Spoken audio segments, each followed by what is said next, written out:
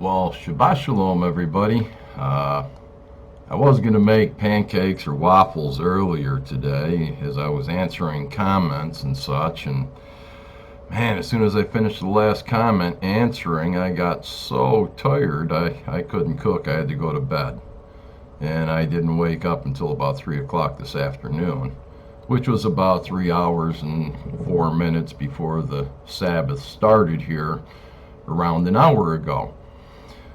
I don't know exactly where we're going to go with this video. I really wanted to bring out supplements and how to make an elixir basically, but before I do that, I need to reiterate on some things, or actually expand and expound a bit on my last video that Yahshua had me bring forth that was entitled Why the Wicked and Evil Got It Great. 17 views on there. Now, if you'd like to find many more of the videos that I brought forth, just go down here to where my name, Al-Yahnai Hawkins, is, and do a left click, and it'll bring you up to my videos like it does. Watch, I'll do it here. Then you go up to videos, and you click on it, and you'll see that there's many videos. There's like there's over 250, almost going on 300 at this time. But there's a lot of things that I explained in here. There's a lot of sufferings, pains, sorrows that those who do believe are going to go through. They don't want to, but you know, it's just something that's going to come upon those who love our Father and His laws. Something I need to point out is that, you know, a lot of these things seems as though we're being cursed, you know, and basically we are. And I'd like to read a little here in Revelations 22, starting verse 1. It says, "And he showed me a pure river of water of life." Now, this river, the water of life, Yahshua spoke about to the woman in Yachanan chapter 4. She was at the well, and he says, "Woman, give me some water." And she went on with a dissertation, and he came back with saying, "Well, if you drank the waters that I gave, you know, you'd never thirst again." And she's like, "Well, sir, where are these waters? Show me so I don't have to come back to the well and draw again." And, you know, you can see these things as if it was actually in real life. You watch the Gospel of John or the Book of John. They have it on YouTube. It's about 3 hours long, the movie, but it is a word for word living out the scriptures basically in a movie. It's more than a documentary.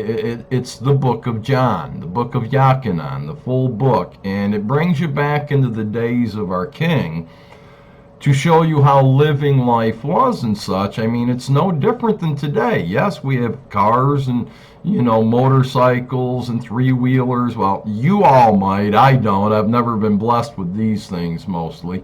I've had some cars, you know, but I don't think you know, when I was young, these things were like way before I was born that they were made, that I was driving. And when I got old, you know, I think the newest vehicle I ever had was somewhere around a 1998, and it was a van. They got burned up when they burned my church and my domicile down. Know who did it, but they wouldn't even investigate.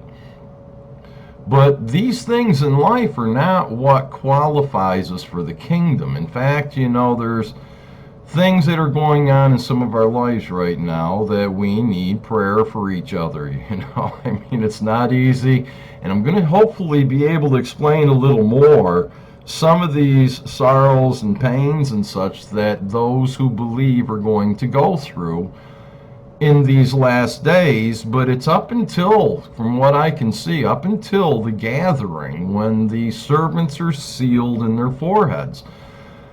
Now, many are called, but few are chosen. And then, of course, you've got those that are the servants, the 144,000. Doesn't make us any greater than you. I mean, you're the greatest of all, because you could be a little cotter key in a wheel, to hold the wheel on. Without that cotter key, the wheel is useless.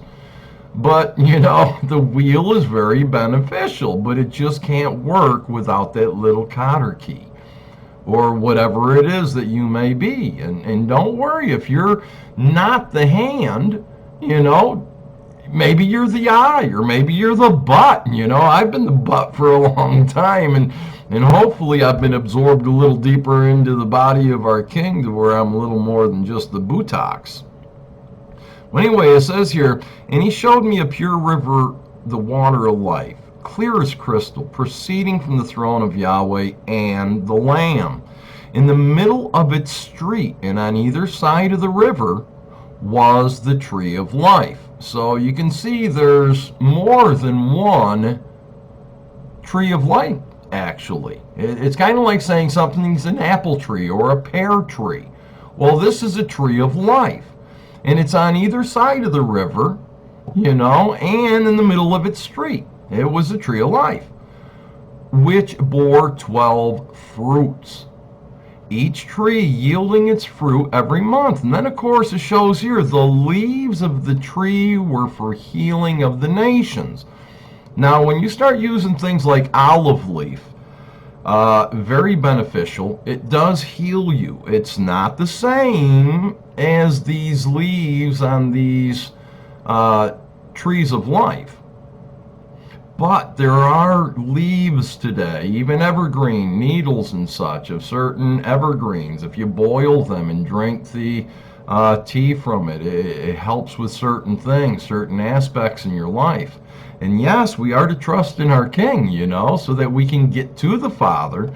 But the Father created these things for our healing, as you've seen right there. The leaves of the tree for the healing of the nations. Keep in mind, where we're speaking here, they're speaking of already being in the kingdom and seeing these things. Otherwise, you couldn't have seen this river of water clear as crystal proceeding from the throne of Yahweh and of the Lamb. Now, when you're there, they've got these trees of life, and there's leaves of the trees were for the healing of nations. But please pay attention to verse 3 here. It says, and there shall be no more curse.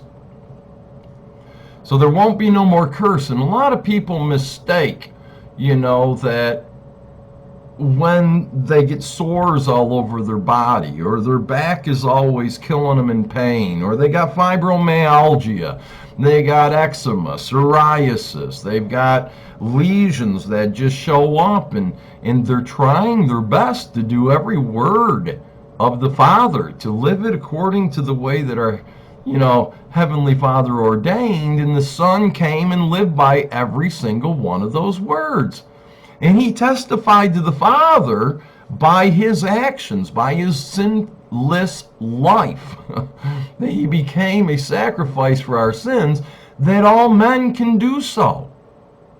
And we've got all these religions of the world trying to tell you otherwise, saying you can't even become perfect when our King commanded you to in Matthew chapter 5, the very last verse. He said, be perfect. Be ye perfect as your heavenly Father, who art in heaven, is perfect. We are to be the same, and we can do it like Deuteronomy 6 verse 25 says. It will be righteousness unto us if we keep his commandments. If you keep the 10 commandments by keeping the give or take 613 laws, the ones that apply to you, which may only be 150 maybe. Some might have 400, some might have 50, who knows? It depends on the person, whether you're a merchant or a farmer, a fisherman, a herder, a husbandman, a man or a woman or a child. There's different laws that pertain to certain people, where those very same laws don't apply to someone else because they might not be a merchant, they might not be a woman, they might not be a man. So if you keep those laws that pertain to you, then you're keeping the 10 commandments and you're believing all that the prophets have written. And here Yachanan, he's basically a prophet because he was given information he wrote down from our king for these last days even, to show us the hope that we actually have when all hell breaks loose on us. But keep them 10 commandments by keeping the laws that pertain to you, so you can do so, and put your full trust in Yeshua. That's all there is to salvation. But as you do this more and more, these curses are going to come upon you. The curses can be found like in Deuteronomy chapter 28. It speaks of these curses that are supposed to come on the lawbreakers. But Satan's got her way when Yeshua says, hey, have you seen, Timothy P? Have you seen Angela? Have you seen Shul? Have you seen Margaret? Yishla? Have you seen Mary or Thomas or Jane? And Satan says, all right. And she comes and she puts these curses on you. Now, it says that a curse causeless does not come. Well, yes, sometimes curses come because of fornication and adultery. You got syphilis, gonorrhea. There's hundreds of STDs today. In my day, there were like 3. I think there was syphilis, gonorrhea. No, there were 4. Syphilis, gonorrhea, crabs, and bad breath. They were 4 things that most people avoided. Now there's hundreds of STDs. Most are incurable, but they'll put makeup on their face to cover up the lesions and the blisters and, the warts and everything else, so that they can pass it on to others. A free will offering to others that desire a curse that does not come causeless for sinning. But there are curses that come because you refuse to sin. And there's a difference, you might go through these plagues and such that are written. I'm itching all the time. I got spots on my arm, where I've been digging out, and I've got holes where, I just been grabbing hunks of flesh and it just comes right out of me. But it's not because I've sinned, it's because I refuse to sin. So Satan's putting these things on me, trying to make me say, hey, if I'm going to be this ill, well, forget you, Yahweh, And that's what Job was told to do by his wife. His wife survived. She was the bitchinest thing, man. Oh, Job, why don't you just curse Yahweh? That's what she was saying. And die. Curse him and die. Get away from your pains and your sorrows and sufferings. And Job's like, no, thanks anyway, man. But whatever the Father wants to put on me, I'm going to handle it, the best I can. And I'm going to walk in his way regardless. And everyone's looking at him. He has his 3 best friends come up, and they're all, 2 of them are pointing out all these faults that he has. And they make it sound so elaborate, but they was incorrect. And they actually sinned. Later on, Job had to do sacrifice for his friends. The youngest one of them all, of course, rebuked all of them, but in a righteous way. He was actually found mostly without the sin. In Job, he just went through so many of these curses, but it promises us here, and there shall be no more curse.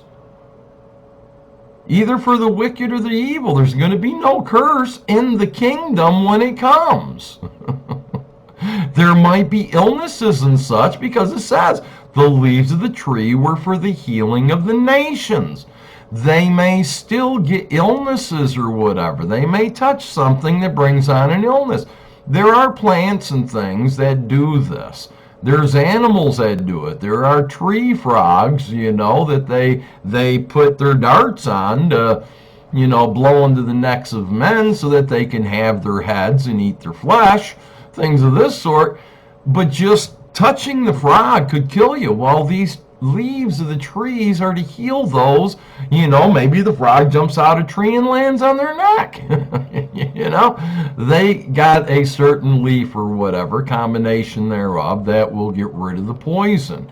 These things will no longer be a curse. But the throne of Yahweh and the Lamb shall be in, and his servant shall serve him. Now, his servants, it speaks of in like Revelations 11 and such, where they are the 144,000. His servants shall serve him, because they're going to be kings and priests in the kingdom. And I don't think that it's going to be females that are those servants. It even shows with the temple that they had in the wilderness. Aaron and his sons, and their sons were priests. They didn't have daughters that were serving. I'm sorry, and I know that may be a shock to some, but there's other scriptures we need to get into, and I'm scared to death to bring them out. Because it talks about a woman that she's going to seek out a man of Yahweh and ask to take on his name to remove their reproaches. A woman always has to have a head, whether it's a father or an uncle or whoever's headship she is put under, a husband. She has to have a head. And when a woman is of one of those of Yahweh, well, she's got her way. It talks about, with an unbelieving spouse. It tells a husband not to leave the wife, tells a wife not to leave the husband, because they're sanctified by the believer. There's a lot in there that most don't understand. But anyway, it says, his servants shall serve him. Where? In front of that throne. They shall see his face, and his name shall be on their foreheads. And what's it say about the 144,000? It verifies it again here. It says, and there shall be no night there. They need no light, nor lamp, nor light, or of the sun. For Yahweh the Father gives them light, and they shall reign forever and ever. And then he talks about how the words are faithful and true. He tells how he's coming quickly. We get down here a little further. It says, and he said to me, do not seal the words of the prophecy of this book, for the time is at hand. He who is unjust, let him be unjust still. He who is filthy, let him be filthy still. If you're out there eating clams and oysters or fornicating, committing adultery, eating pork, you're filthy. And let you be filthy still. He who is righteous, let him be righteous still. He who keeps the laws and commandments, no matter what these kind of curses up here have come on you, okay? There's not going to be any more curse. And a curse causeless don't come. You either get it because you break the laws, or you get them because you keep the laws, and Satan wants to do a Job on you with a better result of, what his wife was telling him, just curse Yahweh and die, She wants you to curse Yahweh and die. So, there's not many out there can help you, but I can, because I'm going through it myself. Anyway, he who is unjust, let him be unjust still. He who is filthy, let him be filthy still. He who is righteous, let him be righteous still. He who is holy, let him be holy still. He says, behold, I'm coming quickly, and my reward is with me. Yes, his reward is with him, and he's coming with this reward for those that obey him. Blessed are those who do his commandments, that they may have right to the tree of life, and may enter into the gates of the city. So there's going to be the sickness and illness and such that's going to be taking place, but there is this tree of life that has 12 fruits and the different leaves. He also has made things for us on this earth today that I'd like to get into in the next video.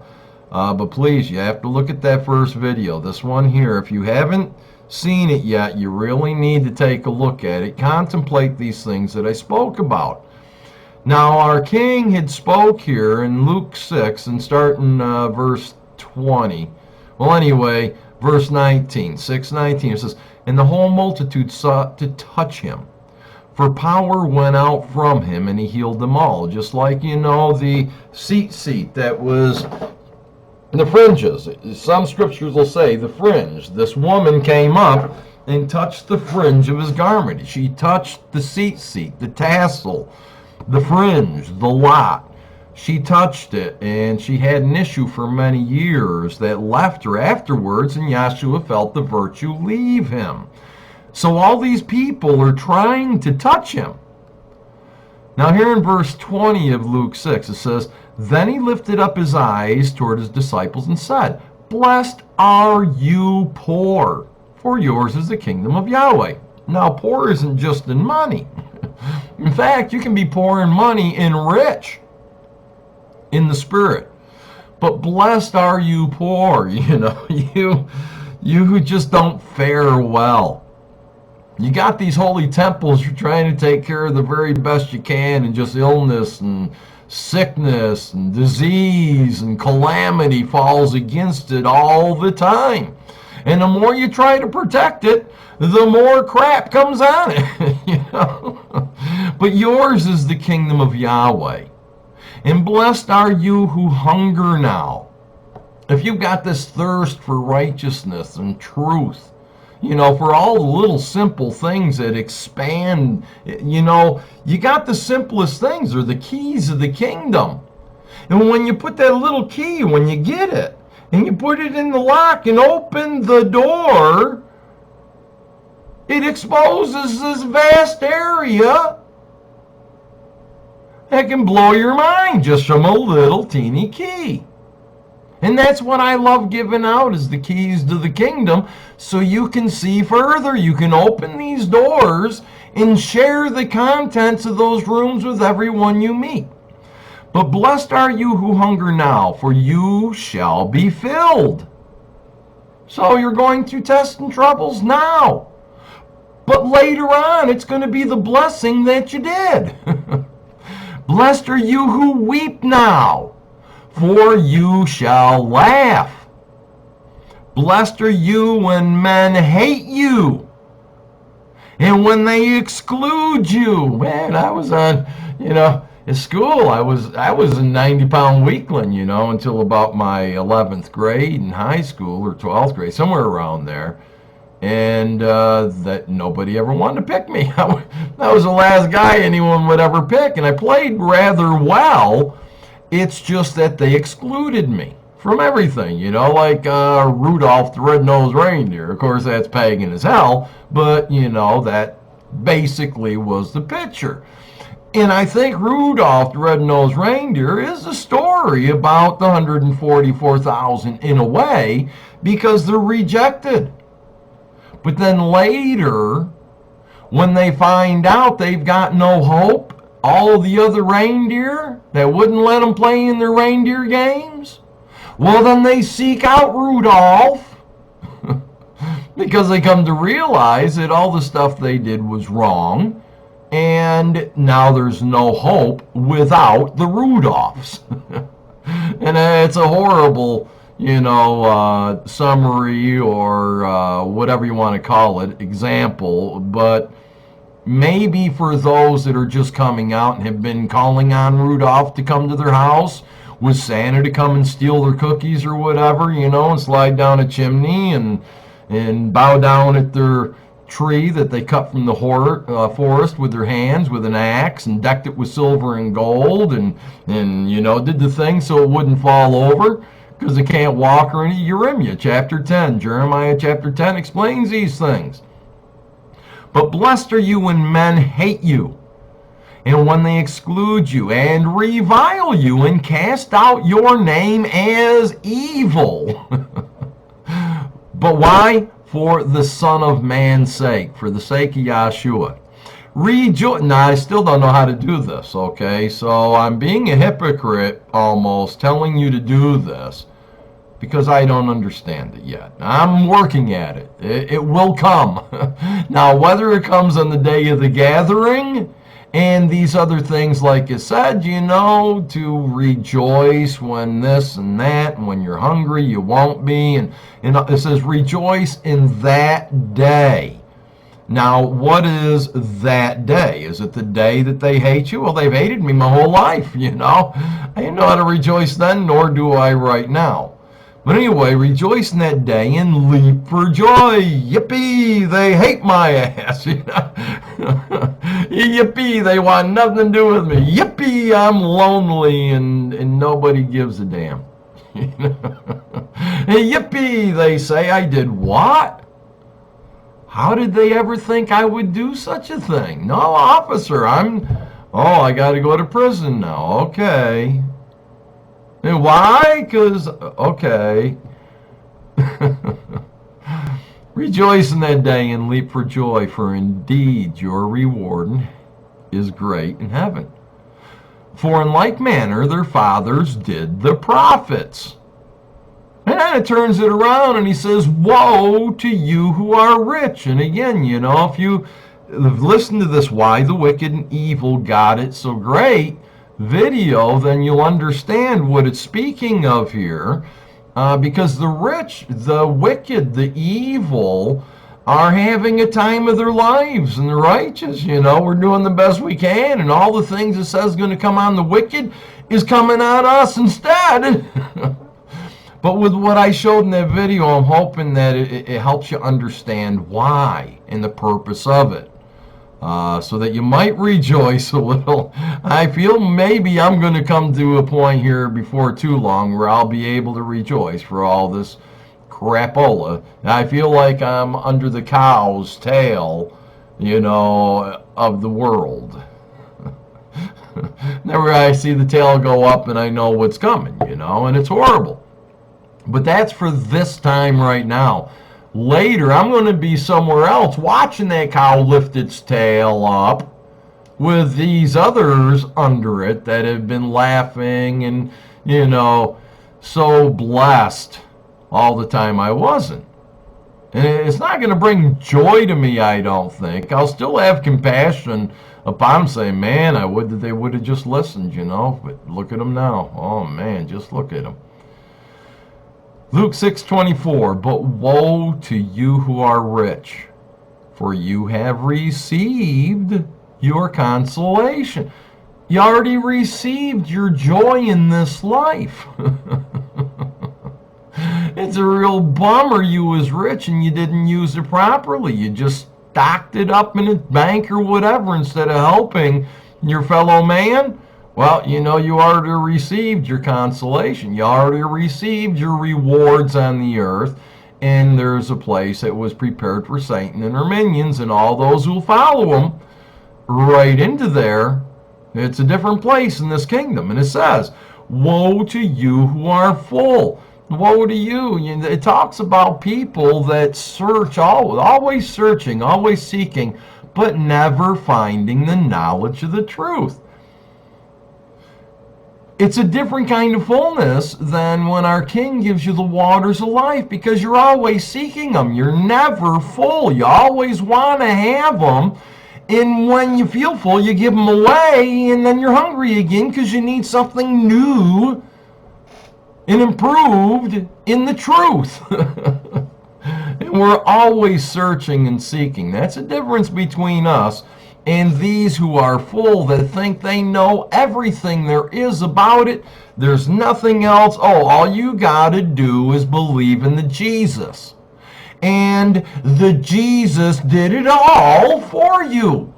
So you can go off and eat your clams and skunks and catfish. And you can have sex with your neighbor's wife. It's all right, because Jesus did it all for you. Well, it's a bunch of crap, people, you know, and you know it, my brothers and sisters. The reptilians and the wicked and evil that also may come here.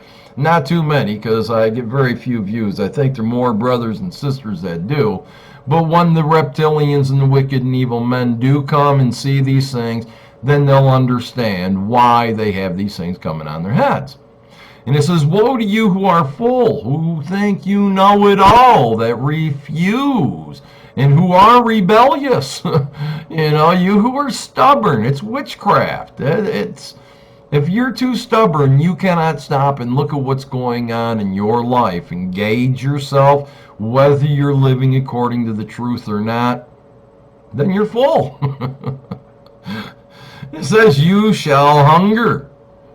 Woe to you who laugh now, for you shall mourn and weep. I've been mourning and weeping, and there's some of my brothers and sisters here recently that are starting to mourn and weep too, because they're being shown the love and compassion of our King, his chastisements, to prove to you you're not a bastard. And you're wondering, looking at yourself, saying, why do these things come on me? It's because you are loved. Because the more you keep the laws and commandments, the worse your body goes through.